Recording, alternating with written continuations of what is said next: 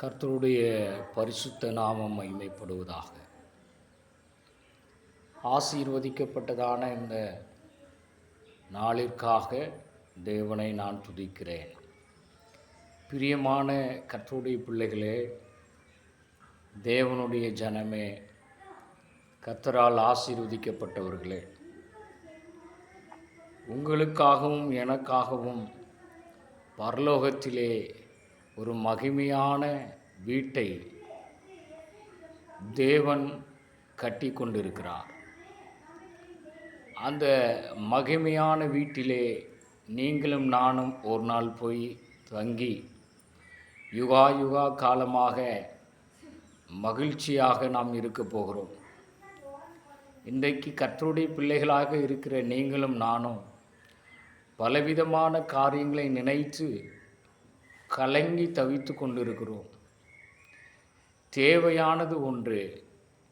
மரியாளோ தன்னை விட்டு எடுபடாத நல்ல பங்கை தெரிந்து கொண்டாள் என்று வேதம் சொல்லுகிறது. அன்பானவர்களே, இன்றைக்கு உங்களுக்கும் எனக்கும் மிகவும் மிகவும் அவசியமான ஒன்று தேவனுடைய சமூகம். அது மாத்திரமல்ல, நீங்களும் நானும் வசிக்கிற இந்த காலம் கடைசி காலம், கர்த்தருடைய வருகையின் காலம். எங்கு பார்த்தாலும் யுத்த செய்திகள், புவி அதிர்ச்சிகள், பெரு வெள்ளம், ஜனங்கள் கூட்டம் கூட்டமாய் மரித்து கொண்டிருக்கிறார்கள். இன்னொரு பக்கம் கொள்ளை நோய், எங்கு பார்த்தாலும் தேசத்தில் சமாதானம் இல்லை. ஒரு பக்கம் சத்திய மார்க்கம் கள்ள போதகர்கள், தீர்க்கதரிசிகள், அப்போஸ்தலர்களினாலே தூஷிக்கப்பட்டு கொண்டிருக்கிறது. அன்பானவர்களே, இயேசு கிறிஸ்து சீக்கிரமாய் வரப்போகிறார். அந்தி கிறிஸ்துவின் ஆட்சிக்கான வேலைகள் தீவிரமாய் நடந்து கொண்டிருக்கிறது. ஒரு பக்கம் தேவ ஜனம் விழிப்படைய வேண்டிய காலத்திலே நாம் இருக்கிறோம்.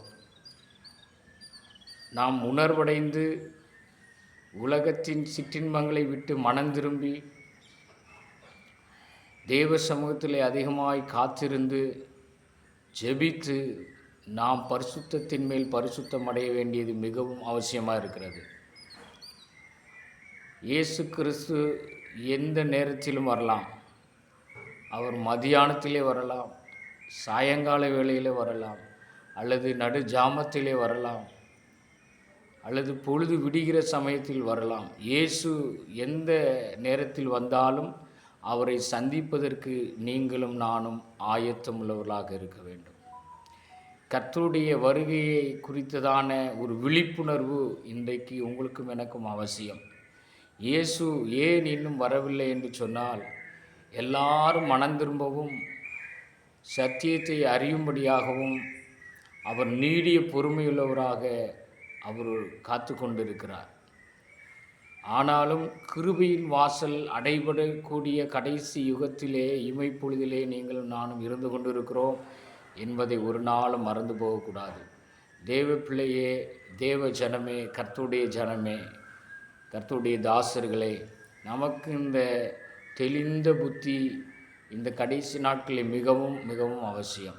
நம்மை சீர்தூக்கி பார்க்க வேண்டும்.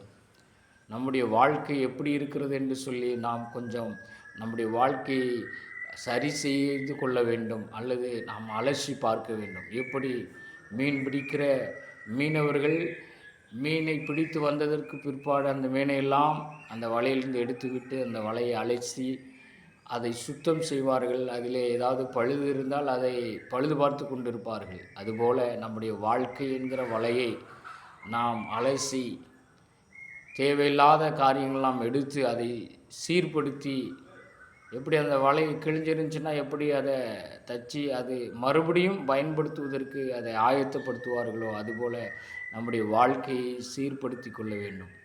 வேத வசனத்தை வாசிப்பதன் மூலம் நம்முடைய வாழ்க்கை எப்படி இருக்கிறது என்பதை நாம் புரிந்து கொள்ள முடியும். அன்பானவர்களே, இந்த கடைசி நாட்களிலே தேவனுடைய வருகையை மிக மிக சமீபம், இனி காலம் செல்லாது. இயேசு சீக்கிரம் வரப்போகிறார். அவரை சந்திப்பதற்கு நீங்களும் நானும் ஆயத்தமுள்ளவராக இருக்க வேண்டும் என்று கர்த்தருடைய வார்த்தை சொல்லுகிறது. நீங்களும் நானும் ஆயத்தப்பட வேண்டும், தீவிரப்பட வேண்டும். நம்மை அழைத்த நோக்கத்தையும் திட்டத்தையும் நிறைவேற்ற வேண்டும் என்று கர்த்தர் மிகவும் பிரியப்படுகிறார். நாம் ஆயத்தமாகவும் அனைவரை ஆயத்தப்படுத்துவோம். இயேசு வருகிறார். ஆமென்.